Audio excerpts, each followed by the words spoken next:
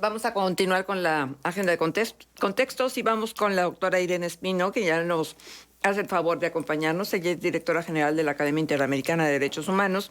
Y hoy el tema es transparencia de la información pública. Doctora, gracias por estar. Muy buenos días a todas y a todos. Un gusto compartir este espacio con ustedes. Bueno, este tema es importante, transparencia en la información pública. Y se ha trabajado mucho y se ha invertido mucho al respecto. No sé qué tanto hemos avanzado en México. Mira, realmente México se está colocando en el panorama internacional y comparado como uno de los estados con un mayor avance en esta disciplina, por toda una serie de razones. Esta semana justamente se ha debatido el tema aquí en Coahuila con una sentencia emitida por el Tribunal Superior de Justicia sobre la transparencia de la información pública. Es una sentencia muy importante que ha recibido también los aplausos de parte del Instituto Nacional de Acceso a la Información, porque resuelve a través de una controversia constitucional una cuestión que había sido planteada por la Auditoría Superior del Estado en un conflicto, si así lo podemos definir, con el Instituto Coahuilense de Acceso a la Información Pública. Bueno, nada más para resumir muy brevemente los hechos, pues la Auditoría Superior del Estado había recibido una solicitud de acceso a la información a través de la plataforma nacional sobre un tema de interés público que es el caso FICREA, donde había una serie de fondos perdidos, de inversiones perdidas por parte del Tribunal Superior de Justicia. Y pues un anónimo, porque pues el sistema, la normativa mexicana permite el uso de seudónimos para poder solicitar acceso a la información pública, y en este caso el seudónimo era el Pejejito. El Pejejito solicitaba a la auditoría información acerca de este caso, que repito, era un caso de interés público, y una vez que la auditoría reenvió la información, el Pejejito volvió a solicitar información, especialmente la información muy específica relacionada con el hecho de que la auditoría tenía información sobre el caso, sobre esta inversión perdida, sobre estos fondos perdidos desde el 2015, pero nada más en 2018 se habían empezado las acciones legales correspondientes. Entonces, pues efectivamente el Pejejito preguntaba el porqué de todo este tiempo que había pasado antes que se empezaran las acciones legales correspondientes. A esta solicitud de la auditoría contestó, pues se presentaron en tiempos y formas, sin dar ninguna explicación más. El ICAI solicitó a la auditoría dar más información acerca de esta solicitud, y pues la cuestión y caso terminó al día controversia constitucional al Tribunal Superior de Justicia, que emitió pues esta importante sentencia. Es una sentencia muy importante, tanto por lo que se refiere a los avances en términos del derecho de acceso a la información pública en México, pero que realmente es muy importante por temas de relevancia constitucional dentro del Estado. Entonces estamos hablando de temas de justicia constitucional muy relevantes para el Estado de Coahuila, pero también por los principios de derecho, por las razones jurídicas que maneja esta sentencia, también a nivel nacional y a nivel comparado. Y en ese sentido, a mí me gustaría destacar cuatro temas. En primer lugar, el derecho de un anónimo de solicitar información pública.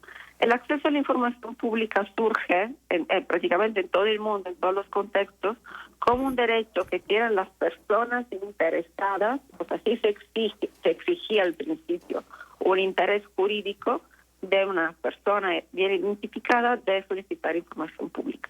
Eso digo, en la primera etapa, estamos hablando en general de los años 90, cuando empieza a afirmarse el derecho de acceso a la información pública, pero eso se evoluciona. Entonces, aquí en México, pero también en otros contextos, se reconoce el derecho de todas las personas, inclusive de usar un seudónimo. Mickey Mouse puede solicitar, por ejemplo, información pública, porque pues es información pública, entonces tiene que estar a disposición en la disponibilidad de todos. Pero esta sentencia da un paso más allá, porque apoyándose en el reconocimiento de esta de esta titularidad tan amplia para poder ejercer el derecho de acceso a la información pública, reconoce por primera vez el derecho de las personas anónimas a comparecer en un juicio como terceros interesados para poder defender sus derechos. Esto es una revolución, porque realmente en los procesos, en los juicios, sabemos que son muy formalizados, son muy burocratizados, y se exige justamente que todas las personas que participan, que sean partes o que sean terceros interesados, que entonces significa que no son partes propiamente, pero que de alguna manera se benefician o no de los resultados de la sentencia, puedan participar en el proceso sin identificarse. Es decir, en un proceso participó el pejijito, que pues no sabemos quién es porque no se identificó evidentemente con su nombre, con sus documentos. Entonces, es una ampliación, es un reconocimiento más de este derecho, del derecho de acceso a la información pública. Claro, también tenemos que decir que esta amplitud de alguna manera puede generar abusos, ¿no? Porque sí, es cierto que estamos hablando de acceso a la información pública, pero no siempre clasificar un cierto tipo de información como información pública es claro, y tampoco la ley muchas veces es clara en ese sentido. Entonces, también hay excepciones a este concepto de información pública. Excepciones que se refieren, por ejemplo, a datos personales o, por ejemplo, a datos que de alguna manera afectan derechos humanos y derechos fundamentales de las personas.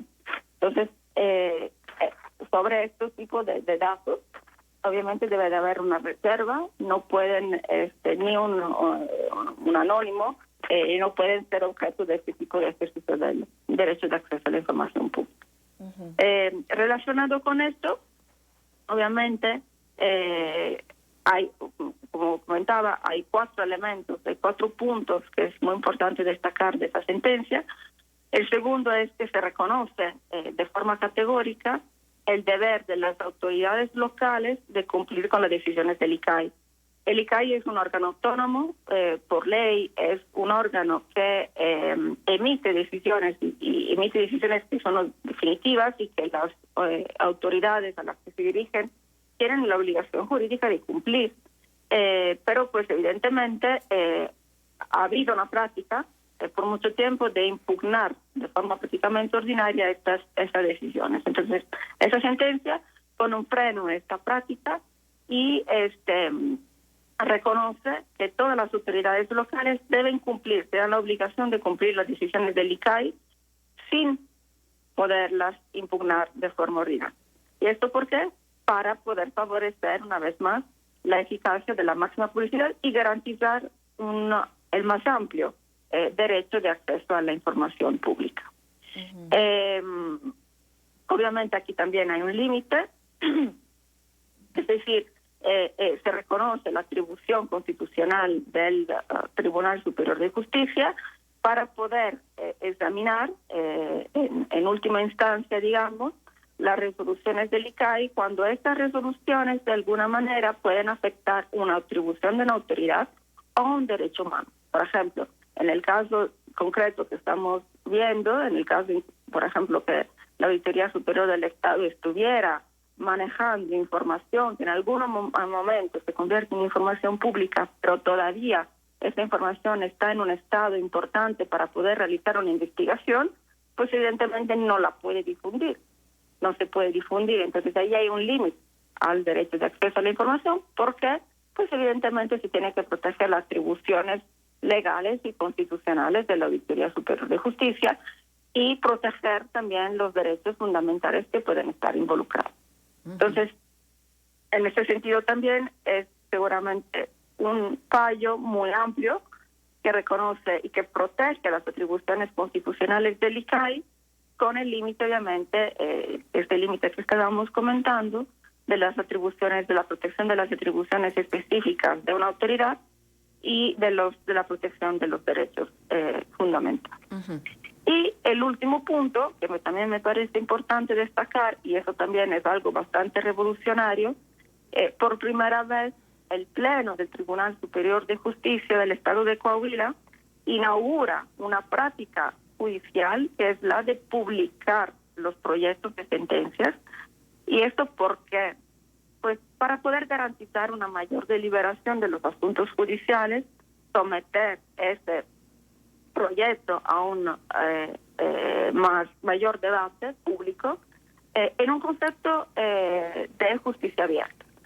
Por mucho tiempo los temas judiciales y los temas relacionados con la justicia se han centrado en una, digamos, inclusive en términos del lenguaje. El lenguaje jurídico es un lenguaje muy complejo. Ajá. Es un lenguaje que nada más los técnicos pueden entender, pero no es un lenguaje accesible a la ciudadanía. Y la justicia es un servicio para la ciudadanía. Entonces la ciudadanía tiene todo el derecho en este concepto de acceso a la información, de conocer en qué sentido va una orientación judicial. Entonces me parece que con esa sentencia sí se marca una pauta muy importante para dar garantías efectivas al derecho de acceso a la información pública y a la transparencia.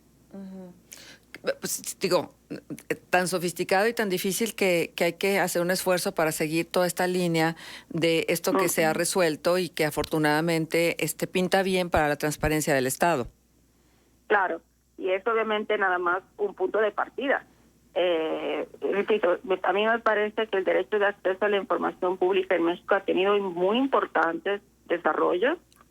Sin embargo, todavía quedan puntos pendientes de avanzar, porque cuando estamos hablando de libertad de expresión y derecho a la información, tiene que ser son derechos que se tienen que reconocer de la manera más amplia posible. Entonces, esta actitud liberal que está mostrando el Tribunal Constitucional local es fundamental, porque al final el Tribunal Constitucional sirve para, entre muchas otras cosas, obviamente, para garantizar un equilibrio entre los diferentes organismos, autoridades, instituciones y poderes del Estado. Uh-huh. Bien, pues son buenas noticias y tenemos que verlo desde esta perspectiva. Nosotros siempre hemos anotado el punto flaco de estos organismos que se supone que deberían ser autónomos e independientes, y es la cercanía peligrosa con el poder. Ojalá que esto sea una muestra realmente de autonomía.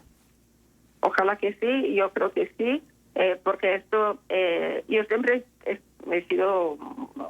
estado convencida de que el órgano que de verdad puede hacer este tipo de trabajo de equilibrar los poderes, porque en todos los contextos, en todos los ordenamientos, también lo estamos viviendo, por ejemplo, ahora con las elecciones de Estados Unidos, el problema en sí no es el poder. El problema en sí es equilibrar entre los diferentes poderes. Claro. Y tengo la convicción, por mi formación de jurista, que pues este trabajo de ejercicio de equilibrio y de ponderación de poderes la puede hacer nada más el Tribunal Constitucional, que es la máxima autoridad judicial de un Estado. Estamos hablando de un Tribunal Constitucional local, o si estamos hablando de un Tribunal Constitucional que trabaja a nivel federal. ¿Por qué? Porque su obligación es hacer respetar la Constitución.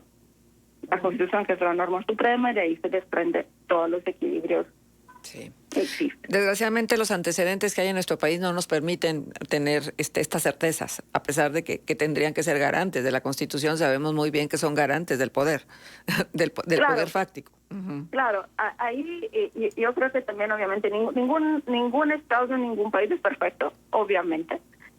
Lo importante es tener mecanismos que de alguna manera puedan contraponderar y luego se van ajustando, obviamente, con los equilibrios que dependen también de los contextos fácticos que existen en cada país. Hay países que funcionan, digamos, de una manera más, de una manera mejor, países que todavía necesitan hacer ajustes. Lo importante es avanzar. Lo importante es tratar de mejorar, lo importante es identificar errores y corregirlos. Eso. Entonces, me parece que vamos en esta dirección y con un gran trabajo por delante por hacer, obviamente, ¿no? Ajá. Qué alentador. Nada más voy a hacer una anotación y la voy a dejar ahí. Creo que para los coahuilenses ha habido muchas afrentas que tienen que ver con el no acceso a la información, con la no transparencia. Y bueno, creo que los coahuilenses empezarán a creer el día que haya sobre la mesa nombres, apellidos y sobre todo que la justicia les llame a cuentas a quienes saquearon al Estado. Creo que es un punto de partida que no podemos perder de vista nunca. Y ojalá y que esto sea el principio de una posibilidad y sea alentador para todos los que están trabajando tan arduamente, no de hoy, sino de mucho tiempo atrás, en función de la transparencia y el acceso a la información. Claro, y estoy totalmente de acuerdo, porque al final me parece que se trata de un derecho que necesita ser efectivo, porque hay en muchos casos, y no quiero hacer referencia al caso de Coahuila, sino que pues hay muchos casos en el mundo donde hay avances muy importantes, se transparenta mucha información, pero realmente esa transparencia no es realmente efectiva porque no da respuestas a las preguntas de la ciudadanía. Claro. Entonces, y allí, pues obviamente tú planteaste otra temática, que es el tema de la impunidad. Y ahí obviamente se abre otra discusión. México tiene tasas muy elevadas, impresionantemente elevadas de impunidad. Que no sé, pues seguramente eso obviamente es parte de la transparencia, porque pues obviamente un sistema que garantiza justicia es un sistema transparente. Y seguramente esta es una gran área de oportunidad que todavía está pendiente de resolver. Pero pues me parece que, repito, estamos en la dirección justa y correcta para poder resolver también estos problemas. Muy bien. Doctora, qué gusto de verdad tenerte aquí en este contexto sociológico y escuchar, y estaremos esperando una vez más tu colaboración. Muchísimas gracias. Muchísimas gracias a ustedes y les deseo un bonito día y un buen fin de semana. Igualmente, para ti. Gracias. La doctora Irene Espino, nada menos directora general de la Academia Interamericana de Derechos Humanos, estuvo con nosotros. Y este es un tema realmente importante. Sí, yo sé que hay mucha gente que dirá, pues a lo mejor no es lo cotidiano todo este lenguaje de transparencia, todo esto que nos han compartido la mañana de hoy, pero hay que acercarnos, hay que acercarnos con mucha voluntad y con muchas ganas de que si se está respetando realmente el anonimato, si se sienta un precedente para respetar el anonimato, quiere decir que cualquiera, no importa nombre y apellido, puede acceder a información respetando ese anonimato. La autoridad garante de la transparencia tendrá que respetarlo y eso a todas luces es un buen inicio, un buen camino, una luz en función de la transparencia.